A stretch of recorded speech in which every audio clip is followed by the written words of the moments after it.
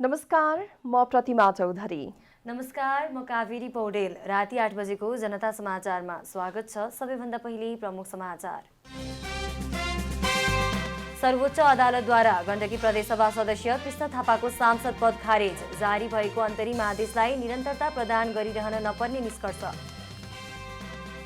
सांसद वैद्य उपर मुद्दा चलाइएको प्रति नेपाली कांग्रेस बागमती प्रदेशको आपत्ति।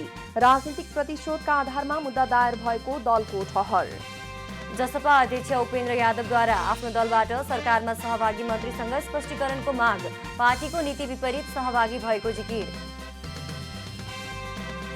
इजरायलमा बेन्जामिन नेतन्याहुको 12 वर्षीय शासनकालको अन्त्य। नाफ्ताली बेनेट बने नयाँ प्रधानमन्त्री।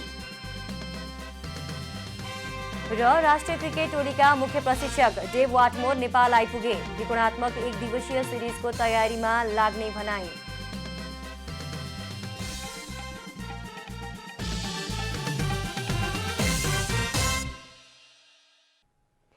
अब पूरा समाचार। सर्वोच्च अदालतले गण्डकी प्रदेश सभा सदस्य कृष्ण थापाको सांसद पद खारेज गर्ने निर्णयलाई सदर गरेको छ। सर्वोच्च अदालतका न्यायाधीश द्वय विश्वम्भर प्रसाद श्रेष्ठ र कुमार रेग्मीको संयुक्त इजलासले अदालतबाट जारी भएको अन्तरिम आदेश पश्चात परिस्थिति परिवर्तन भई हाल विपक्षी निवेदक कृष्ण थापा गण्डकी प्रदेशसभा सदस्यबाट हटिसकेको भन्ने तथ्यमा विवाद नदेखिएको उल्लेख गरेको छ।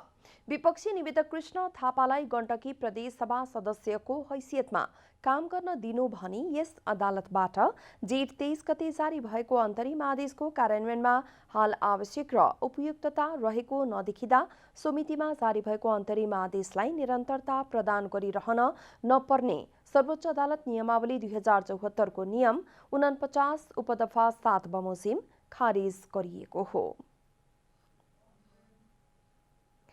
राष्ट्रिय आविष्कार केन्द्रले सरकारलाई 50 स्थान भेन्टिलेटर सहयोग हस्तान्तरण गरेको छ।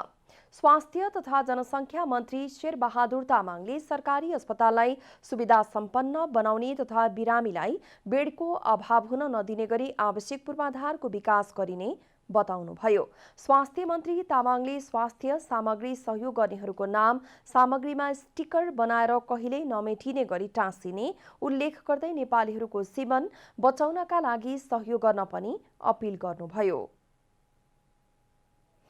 सामान छैन, बेड छैन, भेन्टिलेटर छैन अथवा फलानु मेसिन बिग्रियो भनेर कोही फर्किनु पर्दैन। सबैलाई सरकारी अस्पतालमा आए पछाडि उपचार हुन्छ भन्ने कुराको ग्यारेन्टी छ हामी दिन चाहन्छौँ। कसैले आइसियु बेड स्पोन्सर गर्छ भने हामी त्यो बेडको नाम टाँस्छौँ, स्पोन्सरवालाको नाम टाँस्छौँ। यसै गरी भेन्टिलेटर दिएको छ त्यो जसले स्पोन्सर गर्यो त्यो स्पोन्सरको चाहिँ स्टिकर त्यहाँ हुन्छ, कहिल्यै नमेटिने गरी त्यो स्टिकर राख्ने। ग्राडियन हेल्थ सिस्टम यूएसएले प्रदान गरेको 50 स्थान भेन्टिलेटर अमेरिका नेपाल मेडिकल फाउन्डेसनका अध्यक्ष डाक्टर भूपेन्द्र बस्नेत र राष्ट्रिय आविष्कार केन्द्रका बोर्ड सदस्य हरिकुमार सिलवालले स्वास्थ्य तथा जनसङ्ख्या मन्त्री शेरबहादुर तामाङलाई हस्तान्तरण गर्नुभयो। स्वास्थ्य मन्त्रालयलाई दिइएको 50 स्थान भेन्टिलेटर 6 करोड रुपैयाँ बराबरको रहेको राष्ट्रिय आविष्कार केन्द्रले जनाएको छ। नेपाली कांग्रेसका सभापति शेरबहादुर देउवा नेकपा एमालेका नेता माधवकुमार नेपाललाई भेट्न नेपाल निवास कोटेश्वर पुग्नु भएको छ। नेता नेपाललाई भेट्न कांग्रेस सभापति देउवा महामन्त्री पूर्ण बहादुर खड्कालाई लिएर माधवकुमार नेपालको निवास कोटेश्वर पुग्नु भएको थियो। नेकपा एमाले भित्र एकताका लागि दबाव बढिरहेका बेला आफूलाई समर्थन गरेका नेता नेपाललाई भेट्न देउवा कोटेश्वर पुग्नु भएको हो। सभापति देउवा नेपाल निवास कोटेश्वर पुग्नु भएको केही क्षणमै माओवादी केन्द्रका अध्यक्ष पुष्पकमल दाहाल पनि नेपाल निवास पुग्नु भएको थियो। यसैगरी नेता नेपाल पक्षका सांसदले देउवालाई प्रधानमन्त्रीमा नियुक्ति गर्नुपर्ने भन्दै हस्ताक्षर गरेका थिए।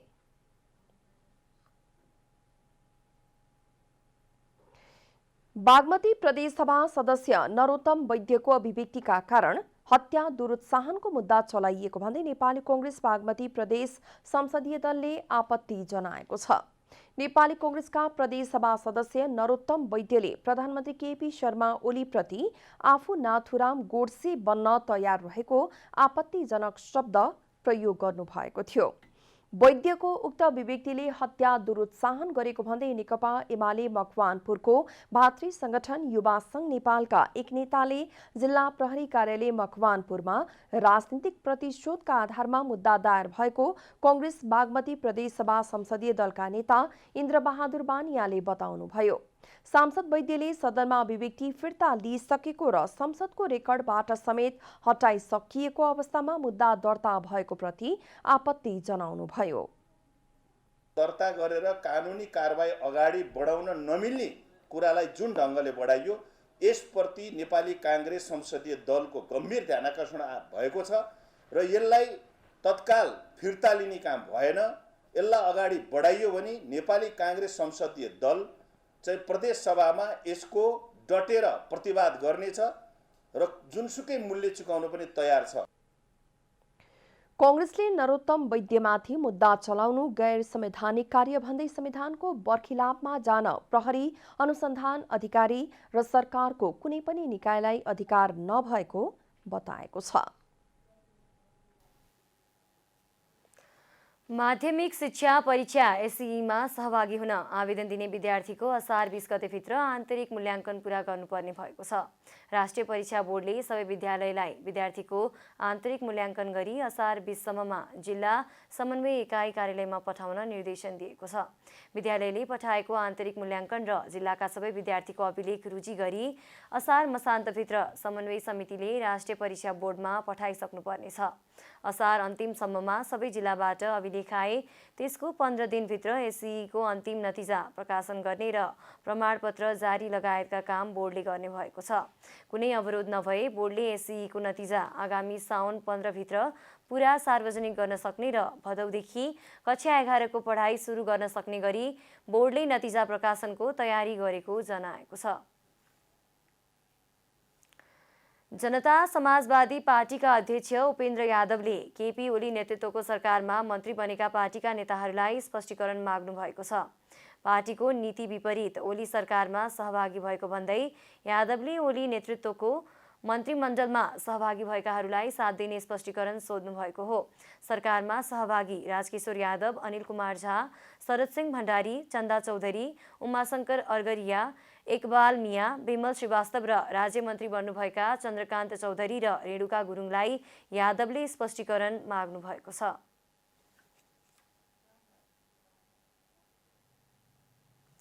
जनता समाचारमा अब छोटो विश्राम।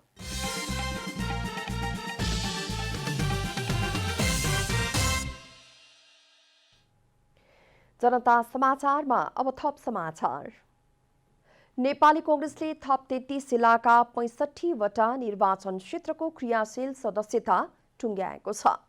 क्रियाशील सदस्यता छानबिन समितिको जिल्लाबाट प्राप्त भएका क्रियाशील सदस्यतालाई मान्यता दिँदै नामावली प्रकाशन गरिएको हो। छानबिन समितिका सचिव केशव रिजालका अनुसार यसअघि 101 स्थानको क्रियाशील सदस्यता टुङ्गिसकेको जानकारी दिनुभयो। शनिबार बसेको छानबिन समितिको बैठकले थप जिल्लामा विवादको अन्त्य गर्दै क्रियाशील सदस्यको विवरण अघि बढाएको छ। आगामी 14औं महाधिवेशनका लागि कांग्रेसले 50% थपेर क्रियाशील सदस्यतालाई अन्तिम रूप दिइरहेको छ। शनिबार बसेको पदाधिकारी बैठकले क्रियाशील सदस्यतालाई टुङ्ग्याउन असार 20 गतेसम्मको समय दिने निर्णय गरेको छ। त्यसलाई बुधबार बस्ने केन्द्रीय कार्यसमितिको बैठक औपचारिकता दिइनेछ। आज सार्वजनिक भएको क्रियाशील सदस्यताका कुनै दाबी विरोध भए दर्ता गराउन समितिले आह्वान समेत गरेको छ। पूर्व प्रधानमन्त्री झलनाथ खनाल अस्पताल भर्ना हुनुभएको छ। स्वास्थ्यमा समस्या देखिएपछि खनाल आज बिहान अस्पताल भर्ना हुनुभएको हो। उहाँलाई थापाथल स्थित नर्विक अस्पतालमा भर्ना गरिएको छ। उहाँको स्वास्थ्य स्थिति सामान्य रहेको र आरामका लागि थप केही दिन अस्पताल बस्नुपर्ने बताइएको छ। खनाल केही समय अघि मात्रै कोरोना भाइरस संक्रमण मुक्त हुनुभएको थियो। घर फर्केको केही दिनपछि फेरि समस्या देखिएको हो। नेपालमा पछिल्लो 24 घण्टामा थप 2918 जनामा कोरोना संक्रमण पुष्टि भएको छ। आज देशभर 53 जना कोरोना संक्रमितको मृत्यु भएको छ। यो सँगै हालसम्म देशभर कोरोनाबाट मृत्यु हुनेको संख्या 8,465 पुगेको छ। त्यस्तै गत 24 घण्टामा 5,147 जना कोरोना संक्रमित डिस्चार्ज भएको स्वास्थ्य मन्त्रालयले जनाएको छ। देशभर 65,804 सक्रिय संक्रमित रहेका छन्। गत 24 घण्टामा 9,438 पीसीआर तथा 5,381 एन्टिजेन परीक्षण भएको स्वास्थ्य तथा जनसङ्ख्या मन्त्रालयले जनाएको छ। खोप अभावमा काठमाडौँ महानगरपालिकाले स्थगित गरेको कोभिड-19 विरुद्धको खोप कार्यक्रम पुनः सञ्चालन गर्ने भएको छ। जिल्ला स्वास्थ्य कार्यालय काठमाडौँले भेरोसिल खोपको पहिलो मात्रा लगाउन छुटेका 60-61 वर्ष उमेर समूहका ज्येष्ठ नागरिकलाई खोप कार्यक्रम सञ्चालन गर्न परिपत्र भए बमोजिम खोप कार्यक्रम सञ्चालन गर्न लागेको काठमाडौँ महानगरपालिकाद्वारा विज्ञप्तिमा जनाइएको छ। काठमाडौँ स्थित वीर अस्पताल, शिक्षण अस्पताल, वीरेन्द्र सैनिक अस्पताल र निजामती कर्मचारी अस्पतालमा आज र असार 1 गते भोलि खोप लगाइने कार्यक्रम रहेको महानगरले जनाएको छ।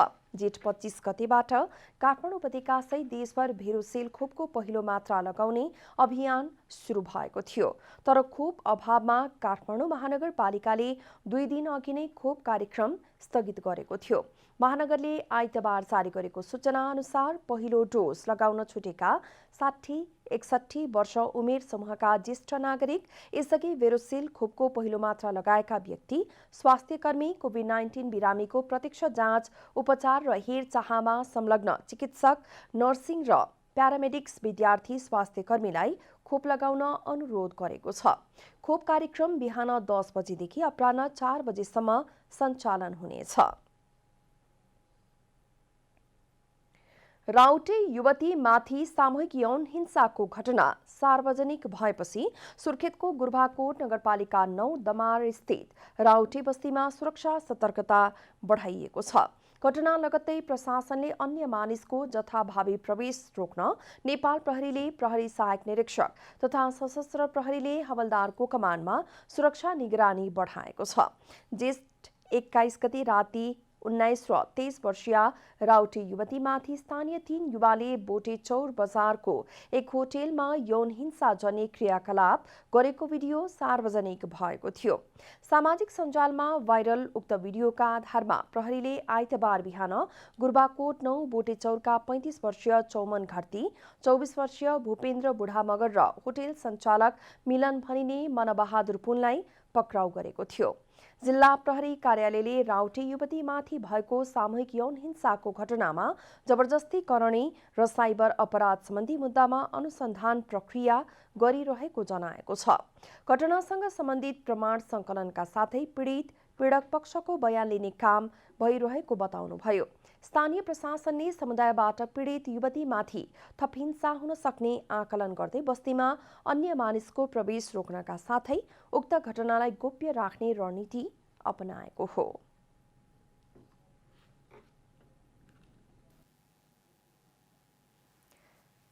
बाँकेका किसानहरू पहिलोपटक चैते धान उत्पादन गर्न सफल भएका छन्। बर्खे धानभन्दा चैते धान उत्पादनमा दोब्बर वृद्धि भएको किसानहरूले अनुमान गरेका छन्। उत्पादन देखेर गाउँका अन्य किसानहरू पनि आकर्षित भएका छन्।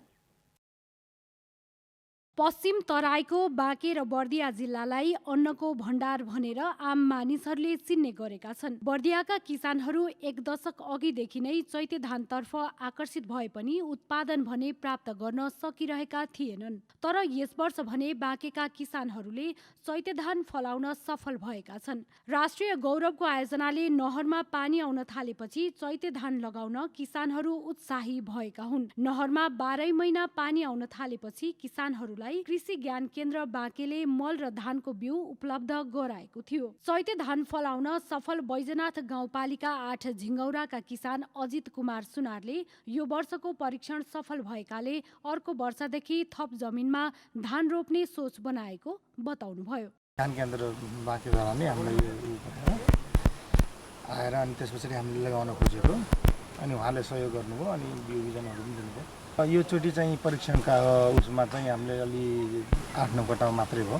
अर्कोचोटि चाहिँ अब राम्रो फल्दो रहेछ। अब अर्कोचोटि चाहिँ अलि बढाउने निज छ यसमा। यस्तै कोहलपुर नगरपालिका 15 चौधरिया गाउँका किसान ज्ञानबहादुर नेपालले पनि 11 कट्ठा जमिनमा चैते धान फलाउन सफल हुनुभएको छ। किसान नेपालले असार पहिलो सातासम्म चैते धान थन्क्याएर वर्षे धान लगाउने तयारी गरेको बताउनुभयो। परीक्षणको रूपमा हल्दीनाथ 3 र चैते धान 5 नामक धानको खेती गर्नुभएको छ। लामो समयदेखि कृषि पेसामा आबद्ध नेपालले सिक्टा सिंचाइको नहर घर नजिकै पुगेपछि अन्य किसानहरूलाई पनि सिकाइ हुने भन्दै चैते धानको खेती गर्नुभएको बताउनुभयो। कृषि ज्ञान केन्द्र बाँकेले किसान अजित सुनारलाई प्रोत्साहन गर्न यो वर्ष चैते 1 धानको जात उपलब्ध गराएको थियो। धान लगाउनका लागि ज्ञान केन्द्रले किसानलाई निशुल्क परामर्श र मल बिउ समेत उपलब्ध गराएको कृषि ज्ञान केन्द्र बाँकेका अधिकृत दिनेश भट्टराईले बताउनुभयो। अर्को वर्ष थप किसानहरूलाई चैते धान रोपाईको कार्यक्रम ल्याउने उहाँको भनाइ छ। चैते धान खेतीको लागि चाहिँ हामीले चाहिँ यसो हेर्दै जाँदाखेरि यो ठाउँ उपयुक्त होला भन्ने हेतुले यहाँ हामीले चाहिँ 9 कट्ठा क्षेत्रफलमा प्रति कट्ठा तपाईँको प्रति 1.5 किलो दरले हामी धानको बिउ सिफारिस गरेका थियौँ, जसमा उहाँले चाहिँ कृषकले यो पहिलो वर्ष खेती गर्नुभयो र उहाँले चाहिँ ट्रायलको रूपमा पनि हेर्दाखेरि 9 कट्ठा क्षेत्रफलमा धान खेती गर्दाखेरि हामीलाई चाहिँ 2-3 पटक अनुभव आउँदाखेरि एकदम उत्साहजनक किसानमा देखियो। उहाँले जोत्ने खोज्ने र सबै काम उहाँले गर्नुभएको छ। हामीले सबै रासायनिक मलको सिफारिस मात्रादेखि लिएर सबै कामहरू चाहिँ कृषि ज्ञानको सहयोगमा भएको छ। यो किसानहरूले गर्मी हुने ठाउँमा चैते धान फलाएर अन्य किसानहरूलाई हौसला दिएका छन्। बाँकेमा चैते धान फल्ने खेतमा गहुँ, मकै र तरकारीको खेती गर्ने चलन छ। सिक्टा सिंचाई आयोजनाको सिंचित हुने क्षेत्रमा धान उत्पादन गरेर किसानहरूलाई वैकल्पिक उत्पादनको स्रोत प्रदान गरेको छ। आगामी वर्षमा ज्ञान केन्द्रले चैते धान खेती गर्न चाहने किसानहरूलाई निशुल्क मल र धानको बिउ उपलब्ध गराए चैते धान लगाउने किसानहरूलाई थप हौसला पुग्नेछ। वर्षका 3 महिना सडक खन्न नपाइने भएका छन्। सरकारले कुनै पनि बहानामा असार 1 देखि भदौ मसान्तसम्म सडक नखन्ने बन्देज लगाएको हो। संघीय सडक सुपरिवेक्षण तथा अनुगमन कार्यालयले एक सूचना जारी गरी वर्षको 3 महिना सडक नखन्न अनुरोध गरेको छ। सडक विभागका महानिर्देशक अर्जुन जङ थापाले वर्षायाममा धारा, ढल, बिजुली, टेलिफोन आदि प्रयोजनका लागि सडक खन्दा तत्कालै मर्मत सम्भार गरी यथास्थितिमा ल्याउन नसकिने तथा सडक पनि बिग्रदै जाने भएकाले वर्षायामको 3 महिनाको अवधिमा सडक नखन्न अनुरोध गरिएको स्पष्ट पार्नुभयो। संघीय सडक सुपरिवेक्षण तथा अनुगमन कार्यालयले सो अवधिमा सडक खन्ने स्वीकृति नदिने र कसैले जबरजस्ती सडक खनेको पाइएमा सार्वजनिक सडक ऐन 2031 अनुसार कडा कारबाही गरिने जनाएको छ। कोरोना विरुद्धको खोप नपाएको भन्दै आन्दोलित ट्याङ्कर चालकहरूले बागमती प्रदेशको पेट्रोलियम ढुवानी दोस्रो दिन पनि अवरुद्ध गरेका छन्। आन्दोलनरत ट्याङ्कर चालकहरूले सोमबार पनि प्रदेशभर हुने आन्तरिक ढुवानी र बरौनी तथा अम्लेखगञ्जबाट हुने ढुवानी रोकेको आयल निगमको बागमती प्रादेशिक डिपोले जनाएको छ। ढुवानीकर्ताको अवरोधका कारण आज पनि प्रदेशभरको आपूर्ति प्रभावित भएको थानकोट प्रादेशिक डिपो प्रमुख अभिषेक ठाकुरले जानकारी दिनुभयो। आन्दोलन लम्बिँदै गर्दा पेट्रोलियमको अभाव हुन सक्ने चिन्ता थपिएको डिपो प्रमुख ठाकुरले बताउनुभयो। नेकपा माओवादी केन्द्र कपिलवस्तुका जिल्ला नेता दीपक पाण्डेको हत्यामा संलग्न 11 जनालाई जिल्ला प्रहरी कार्यालय कपिलवस्तुले सार्वजनिक गरेको छ। हत्याको मुख्य योजनाकार मृतक पाण्डेको श्रीमती महिमा पाण्डे र ओम प्रकाश यादव रहेको अनुसन्धानबाट खुलेको छ। हत्यामा संलग्न रमजान शाह मुसलमान, साकिर अली पाखिया, पूर्णवीर पाल्पाली कुम्हाल, सद्दाम हुसैन, ज्ञानेन्द्र कुमार पाण्डे, राधेश्याम चौधरी, श्रीराम चौधरी, नसरत अली र प्रवीण गुप्तालाई प्रहरीले सोमबार पत्रकार सम्मेलन गरी सार्वजनिक गरेको छ। त्यस्तै पक्राउ परेकाहरूबाट हात हतियार पनि बरामद भएको छ। मुख्य योजनाकार यादवबाट पिस्तोल 1 थान, म्यागजिन 1 थान, 22 म्याग्नमको गोली 68 राउन्ड, रमजान शाह मुसलमानबाट स्वचालित पिस्तोल 1 थानको म्यागजिन 1 थान र गोली 8 राउन्ड र गोली हान्ने व्यक्ति सकीर अली पाखियाबाट 1 थान नल कटुवा पिस्तोल र 2 राउन्ड गोली बरामद भएको प्रहरी उपरीक्षक नवराज अधिकारीले जानकारी दिनुभयो।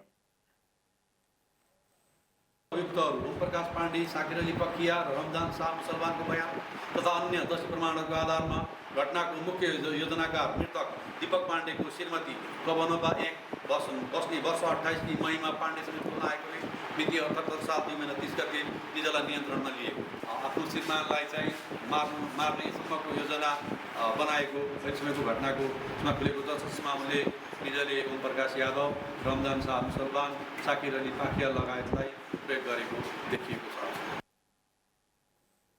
मृतकका श्रीमती पाण्डे र ओमप्रकाश यादवको अनैतिक सम्बन्ध रहेको समेत प्रहरी कार्यालयले जनाएको छ।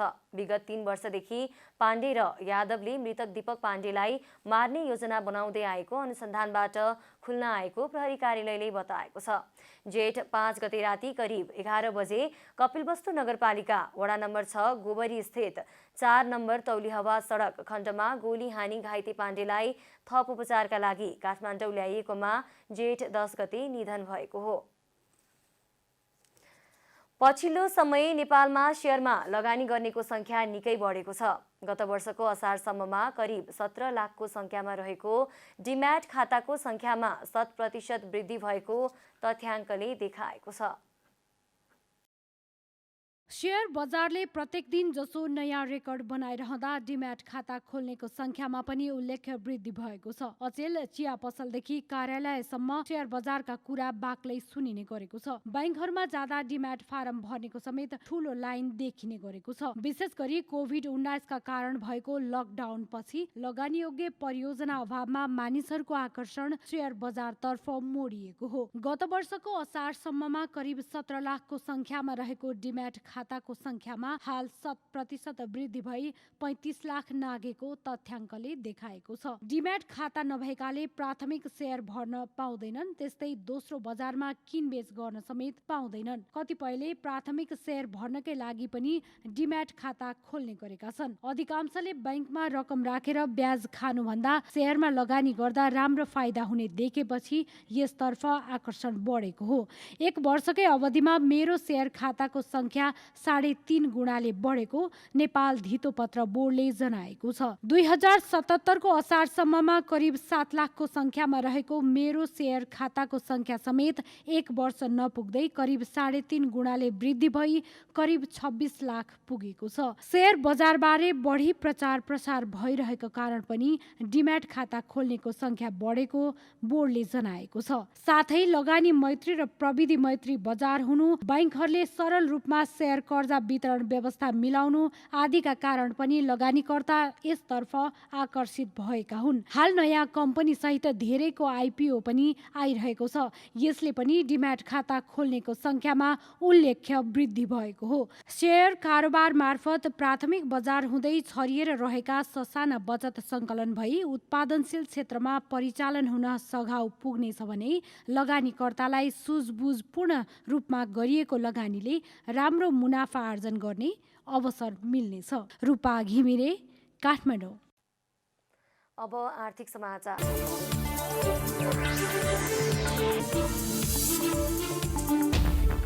साताको दोस्रो कारोबार दिन सोमबार शेयर बजारले 3000 बिन्दु पार गरेको छ। बजार 42.72 अङ्कले बढेर 3025.83 अङ्कमा बन्द भएको हो। यो हालसम्मकै उच्चतम बिन्दु हो। बजारमा 221 कम्पनीका 3,50,27,363 किता शेयर किनबेच हुँदा 18,88,40,31,519 रुपैयाँ बराबरको कारोबार भएको छ। लामो समयदेखि सुस्त रहेको वाणिज्य बैंक समूहमा बिस्तारै लगानीकर्ताको आकर्षण देखिन थालेको छ। सोमबार अधिकांश वाणिज्य बैंकको शेयर मूल्य बढेको छ। बजारमा बैंकिङ, होटल, वित्त, निर्जीवन बीमा, उत्पादनमूलक कम्पनी, जीवन बीमा र इन्भेस्टमेन्ट समूह लगायतको कारोबार बढेको छ। Nepal insurance, Khanikhola hydropower, Joshi hydropower र घलेम्डी हाइड्रोपावर कम्पनीको शेयर मूल्य 10% ले बढेको छ। सोमबार सुनको मूल्यमा गिरावट आएको छ। सोमबार छापावाला सुन 700ले घटेर प्रतितोला 93,200 कायम भएको नेपाल सुनचाँदी व्यवसाय महासंघले जनाएको छ। अघिल्लो दिन आइतबार छापावाला सुन प्रतितोला 93,900मा कारोबार भएको थियो। यस्तै तेजाबी सुनको मूल्य 92,700 कायम भएको छ भने चाँदीको मूल्यमा समेत गिरावट आउँदा प्रतितोला 1,365 कायम भएको छ। अन्तर्राष्ट्रिय बजारमा सुन प्रति औंस $1,860 हाराहारीमा कारोबार भइरहेको छ।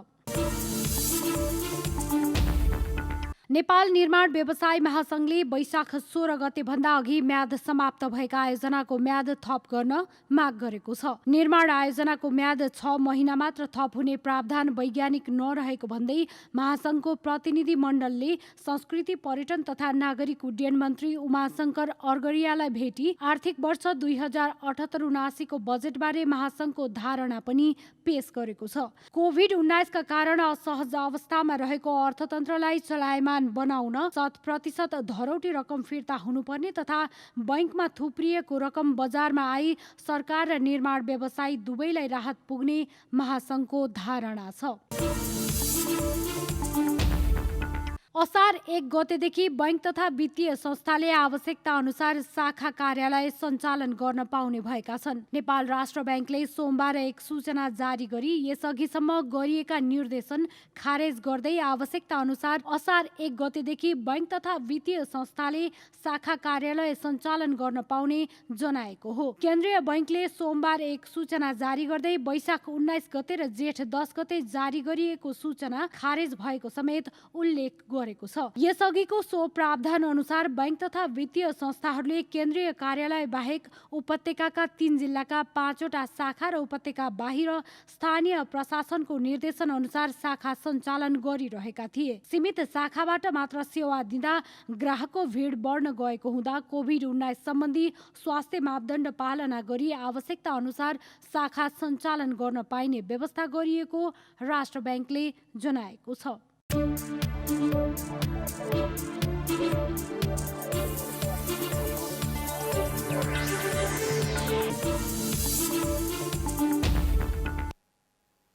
जनता समाचारमा अब छोटो विश्राम।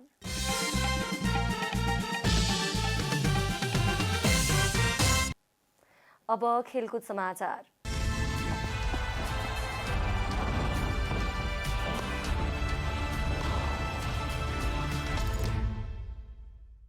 नेपाली राष्ट्रिय क्रिकेट टिमको जर्सी डिजाइन गर्नका लागि प्रतिस्पर्धा खुल्ला भएको छ।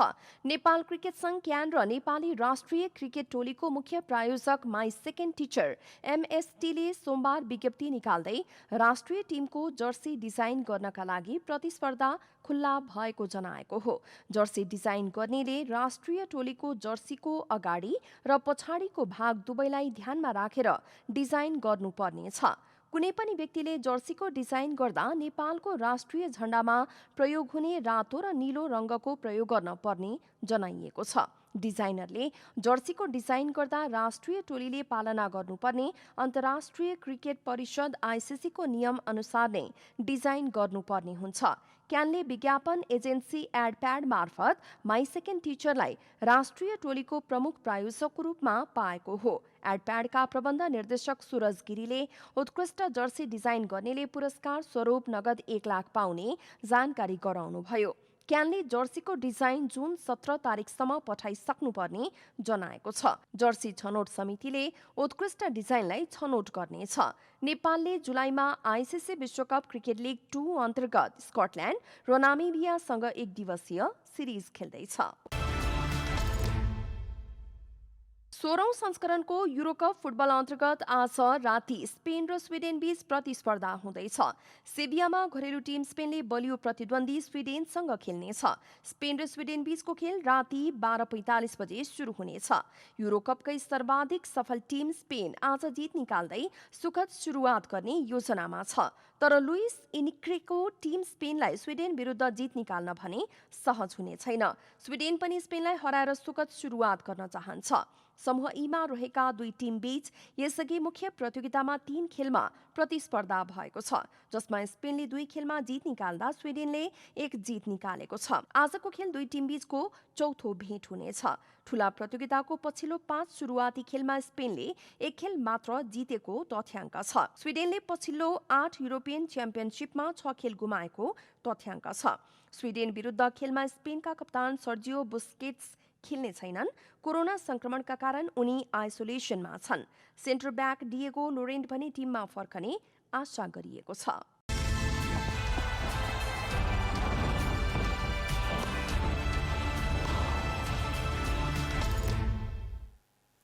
अब मौसम समाचार।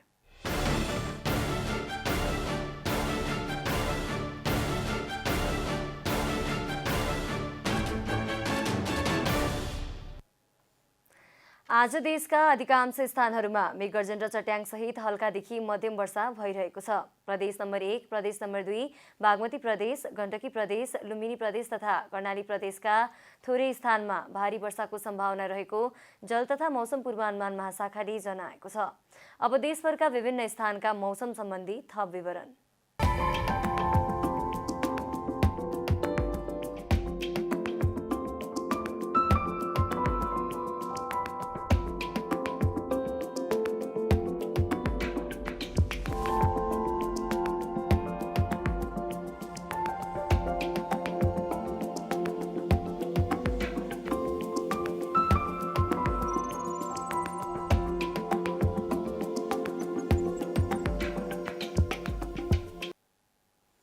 अन्त्यमा आजको डायरी। सर्वोच्च अदालतले गण्डकी प्रदेशसभा सदस्य कृष्ण थापाको सांसद पद खारिज गर्ने निर्णयलाई सदर गरेको छ। विपक्षी निवेदक कृष्ण थापालाई गण्डकी प्रदेशसभा सदस्यको हैसियतमा काम गर्न दिनु भने यस अदालतबाट जेठ 23 गते जारी भएको अन्तरिम आदेशको कार्यान्वयनमा हाल आवश्यक र उपयुक्त नदेखिँदा सो मितिमा जारी भएको अन्तरिम आदेशलाई निरन्तरता प्रदान गरिरहन नपर्ने सर्वोच्च अदालत नियमावली 2074 को नियम 49 उपदफा 7 बमोजिम खारेज गरिदिएको छ। राष्ट्रिय आविष्कार केन्द्रले सरकारलाई 50 स्थान भेन्टिलेटर सहयोग हस्तान्तरण गरेको छ। स्वास्थ्य तथा जनसङ्ख्या मन्त्री शेरबहादुर तामाङले सरकारी अस्पताललाई सुविधा सम्पन्न बनाउने तथा बिरामीलाई बेडको अभाव हुन नदिने गरी आवश्यक पूर्वाधारको विकास गरिने बताउनु भएको छ। आज सुनको मूल्य प्रतितोला 700 रुपैयाँले घटेको छ। आज छापावाला सुनको मूल्य प्रतितोला 93,200 रहेको नेपाल सुन चाँदी व्यवसायी महासंघले जनाएको छ। इजरायलमा बेन्जामिन नेतन्याहुको 12 वर्षीय शासनकालको अन्त्य भएको छ।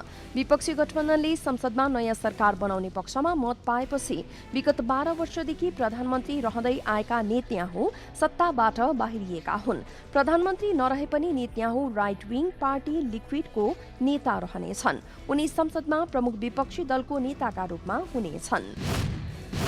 राष्ट्रिय क्रिकेट टोलीका मुख्य प्रशिक्षक डेभ वाटमोर नेपाल आइपुगेका छन्। मुख्य प्रशिक्षक वाटमोर आज बिहान नेपाल आइपुगेका हुन्। आइसिसी विश्वकप क्रिकेट लिग 2 अन्तर्गत नेपाल, स्कटल्याण्ड र नामिबिया बीचको त्रिकोणात्मक 1 दिवसीय सिरिजको तयारीका लागि प्रशिक्षक वाटमोर नेपाल फर्किएका हुन्। नेपालले घरेलु मैदानमा नेदरल्याण्ड्स र मलेसियासँगको त्रिकोणात्मक T20 सिरिजको उपाधि जितेको हो।